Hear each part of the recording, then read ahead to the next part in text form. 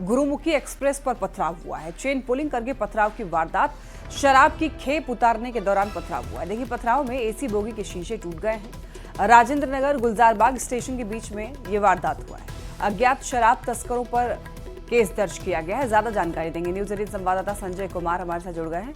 संजय, देखिए, कहा जा रहा है कि गुरुमुखी एक्सप्रेस पर पथराव हुआ है। कब की ये घटना है, पूरी जानकारी दीजिए।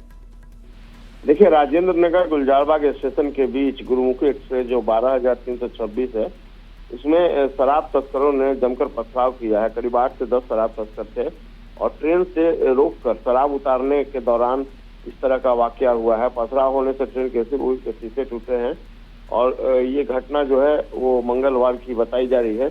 सूचना मिलने के बाद राजेंद्र नगर टर्मिनल से जीआरपी की टीम मौके पर पहुंची थी। तब तक ट्रेन खुल चुकी थी। इस दौरान अज्ञात तस्करों के खिलाफ केस दर्ज किया गया। केस दर्ज होने के बाद पुलिस तस्करों को गिरफ्तार करने में जुटी है और परिमल पांडे डीएसपी के नेतृत्व में पूरी कार्रवाई की जा रही है। तस्करों को गिरफ्तार करने के लिए तकनीकी टीम भी बनाई गई है। जिस तरीके से पथराव हुआ है उससे यात्रियों में काफी अफरा तफरी का माहौल बन गया था। ट्रेन की चेन पुलिंग कर तस्कर शराब की खेप उतार रहे थे और ये पहला वाकया नहीं है। लगातार इस रूट में गुलजारबाग से लेकर राजेंद्र नगर टर्मिनल के बीच शराब तस्करों ने कुम्हरार के पास अपना सेंटर बना रखा है। वहीं पर ट्रेन रोककर शराब उतारते हैं और कल की घटना के बाद से जो आरपीएफ और जीआरपी और चौकस हुई है। पथराव होने से चूंकि यात्रियों के ऊपर भी रिस्क था, तो अब लगातार कार्रवाई हो रही है। देखना हो किस तरीके से आगे उनकी गिरफ्तारी सुनिश्चित करती है पुलिस। जी ठीक है, बहुत धन्यवाद आपका इन तमाम जानकारी के लिए संजय। और इसी बीच पटना से एक और बड़ी खबर सामने आ रही है। एक युवक से 32 लाख रुपए की ठगी हुई है। मुंबई पुलिस का अधिकारी बनकर यह ठगी की गई है। सीबीआई का अधिकारी बनकर ठगी की गई है। बड़ी खबर आपको राजधानी पटना से बता रहे हैं, जहां मनी लॉन्ड्रिंग का केस करने की धमकी भी दी गई थी और साइबर थाने में मामला दर्ज है। तो इस वक्त की आपको बड़ी खबर राजधानी पटना से बता रहे हैं, जहां एक युवक से 32 लाख रुपए की ठगी की गई है। मुंबई पुलिस का अधिकारी बनकर के ठगी की गई। इसके साथ ही सीबीआई का अधिकारी भी बना वो युवक और उसके बाद ये ठगी की गई। मनी लॉन्ड्रिंग की केस की धमकी दी और उसके बाद साइबर थाने में फिलहाल पूरा मामला दर्ज है, कार्रवाई जारी। और देखिए, इन दिनों साइबर अपराधी काफी सक्रिय हो गए हैं। अगर कोई आपको जज या पुलिस बनकर फोन करता है तो बिल्कुल भी ना घबराएं। साइबर थाने में शिकायत करें और ये साइबर अपराधियों की चाल हो सकती है। किसी के बहकावे में ना आए और किसी भी अनजान लिंक पर क्लिक ना करें। बाढ़ के पंडारक थाना क्षेत्र में कई मामलों के आरोपी अरुण यादव की गोली मारकर हत्या कर दी गई। हत्या के बाद इलाके में सनसनी फैल गई है। 5 की संख्या में आए अपराधियों ने अरुण यादव की हत्या कर दी। पुलिस का यह कहना है कि गांव के लोगों ने ही उसकी हत्या की है। मृतक पर हत्या और आर्म्स एक्ट से करीब 1 दर्जन मामला दर्ज है। पुलिस ने हत्या करने वाले की पहचान कर ली है। जल्द ही आरोपी की गिरफ्तारी होगी।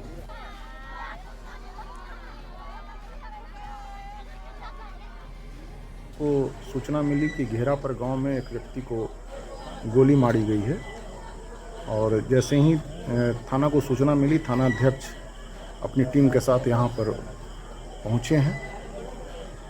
यह व्यक्ति, इसका नाम अरुण यादव है और पास से गोली मारी गई थी इसको, जिससे इसकी घटनास्थल पर ही मृत्यु हो गई। धनबाद के बीआईटी सिंदरे में छात्रों के बीच हिंसक झड़प हुई है। आरोप है कि रैगिंग का विरोध करने पर सीनियर छात्रों ने जूनियर स्टूडेंट की पिटाई कर दी। लाठी डंडे और हॉकी स्टिक से पीटकर बुरी तरीके से जख्मी कर दिया। इतना ही नहीं, हॉस्टल में घुसकर तोड़फोड़ भी की। क्या है ये पूरा मामला, देखिए इस रिपोर्ट के जरिए।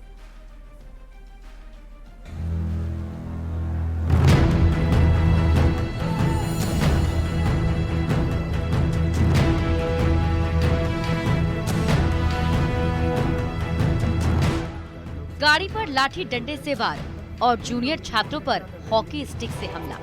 रोंगटे खड़े कर देने वाली मारपीट की तस्वीर धनबाद बीआईटी सिंदरी कैंपस की है। बीती रात पूरा कैंपस रण क्षेत्र में तब्दील हो गया।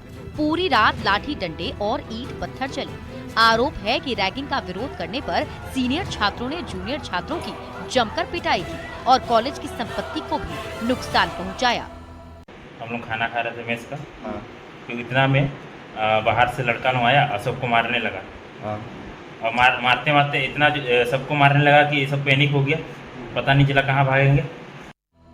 मारपीट की घटना के बाद जूनियर छात्र डरे सहमे हुए हैं। हमले में कई छात्र जख्मी हुए हैं, जिन्हें अस्पताल में भर्ती कराया गया है। कई स्टूडेंट तो डर के मारे हॉस्टल छोड़कर भाग गए हैं। उपद्रव मचाने पर उतरे सीनियर छात्रों का भय इतना कि कई छात्रों को जंगल में रात गुजारनी पड़ी, क्योंकि हमलावर हॉस्टल में घुसकर भी पिटाई कर रहे थे। छात्रों के लैपटॉप, मोबाइल, बेड और फर्नीचर को भी तोड़ रहे थे। होना चाहिए। आज बच्चा जो है डर से भाग के जो है घर आया है, सुबह मॉर्निंग में पहुंचा है। रात भर जिधर जैसे तैसे करके रहा है, जंगल में बोल रहा था कि जंगल में हम लोग 1-1.5 घंटा बिताए।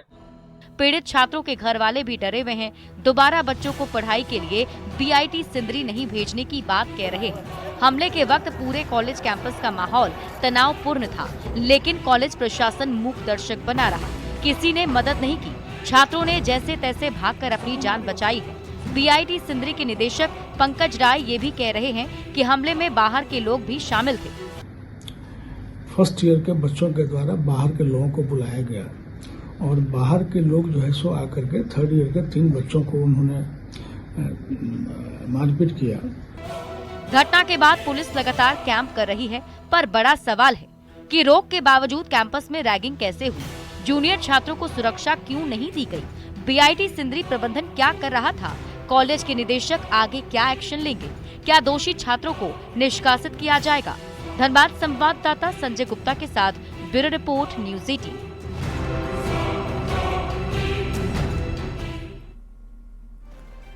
मुजफ्फरपुर में तापमान बढ़ने के साथ एईएस के मामलों में भी वृद्धि हो रही है। जिले में अब तक 15 मरीजों में एईएस की पुष्टि हुई है। वहीं गोपालगंज, शिवहर और सीतामढ़ी से एक मरीज एसकेएमसीएच पहुंचे हैं। हालांकि डॉक्टर की तत्परता से सभी मरीज ठीक होकर अस्पताल से घर जा चुके हैं।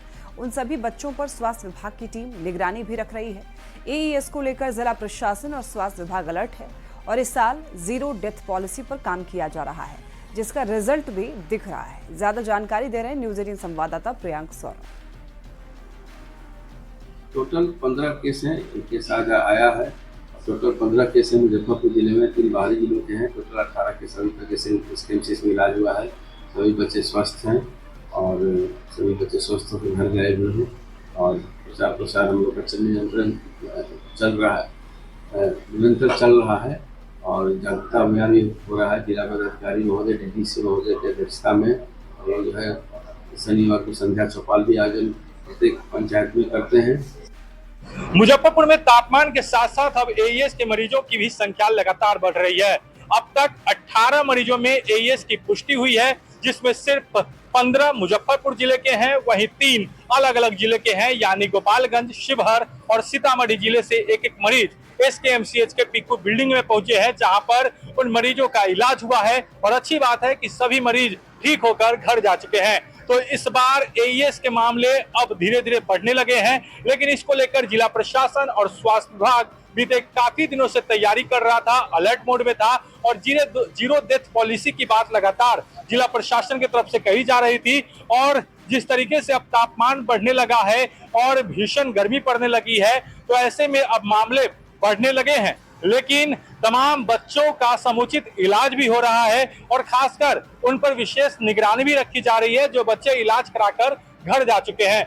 वहीं दूसरी तरफ अच्छी बात है कि सभी बच्चों का समुचित इलाज भी हो रहा है और जिला प्रशासन इसको लेकर लोगों को जागरूक करने में जुटा हुआ है। मुजफ्फरपुर से न्यूज़ 18 के लिए प्रियांक सौरभ।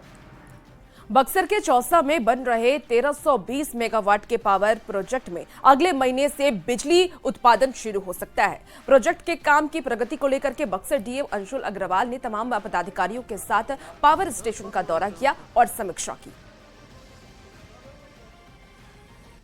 पाया गया है कि अंतिम चरणों में अब इसका निर्माण कार्य है। जो भी छोटी मोटी समस्या यहाँ के प्रशासन को आ रही है, उसका त्वरित निवारण निकाला जाएगा और हम लोग पूरी तरीके से आश्वस्त हैं। उम्मीद रखते हैं कि अगले 1-1.5 महीने में इसका निर्माण कार्य पहली यूनिट का प्रारंभ हो जाएगा और ये बक्सर जिले के लिए भी और पूरे बिहार राज्य की ऊर्जा सुरक्षा के लिए बहुत बड़ी सौगात है। बाढ़ रेलवे स्टेशन से हर रोज कई यात्री आना जाना करते हैं। स्टेशन पर जर्जर पुल की 1.5 साल पहले मरम्मत शुरू हुई थी, लेकिन आज तक काम पूरा नहीं हो सका है। हालात ये हैं कि यात्रियों को 4 फीट ऊंचे बांस से बंधे हुए बैरिकेडिंग को पार कर प्लेटफॉर्म बदलना पड़ता है। ऐसे में उन्हें हादसे का डर भी सताता रहता है। रेलवे के अधिकारियों से शिकायत करने के बावजूद अब तक पुल की मरम्मत नहीं हो सकी है। तो बन रहा है, पुल अभी तक अधूरा है, काम भी सही से नहीं है, सारा लग रहा है पत्थर तो सब ढक ढक कर रहा है। अगर रास्ता में बंद करना था तो मेन उधर ही बंद करना चाहिए, मगर उधर खुला हुआ है और इधर ब्रेकिंग किया हुआ है। मुजफ्फरपुर की कई नदियां विलुप्त होने के